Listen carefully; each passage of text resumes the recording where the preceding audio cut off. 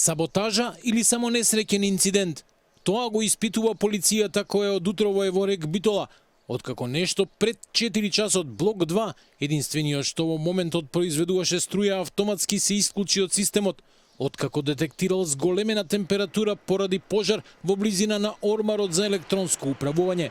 Од ЕСМ предупредуваат на потенцијална саботажа, оти покрај ормарот се пронајдени опожарени дрвени елементи, па се наведува на тоа дека некој влегол, намерно го запалил огнот за да предизвика исклучување на блокот. Во меѓувреме, целата централа остана без работа, бидејќи првиот блок е во редовен ремонт, а третиот е исклучен поради намалена побарувачка. Од ЕСМ смируваат, струја има доволно, оти кусокот го обезбедуваат хидроцентралите и купената струја на берза.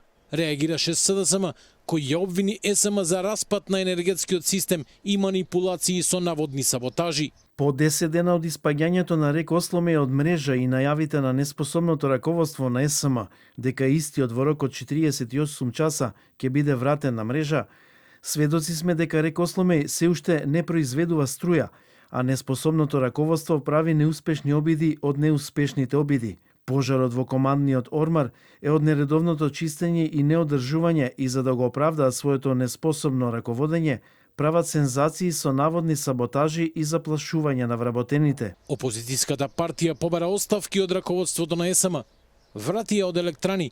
СДСМ создаде катастрофа во ЕСМ, а актуелното раководство ја наследи компанијата во целосен колапс и за тоа ќе одговараат виновниците. Нема ден да не се соочуваме со предизвици како резултат од недомакинското и нестручното управување со производствените капацитети во изминатите години.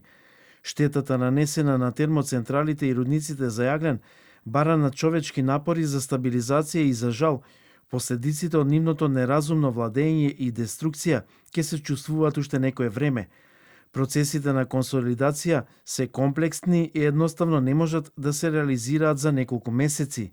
Ова не е првпат сомнителен инцидент да ја погоди централата.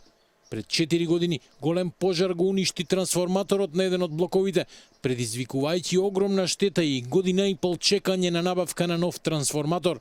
Виновникот е се уште непознат. Рек Битола е објект од стратешко значење и е под посебно обезбедување. Кој и зошто би сакал да му наштети, ќе открие истрагата, во која ќе се прегледуваат и надзорните камери.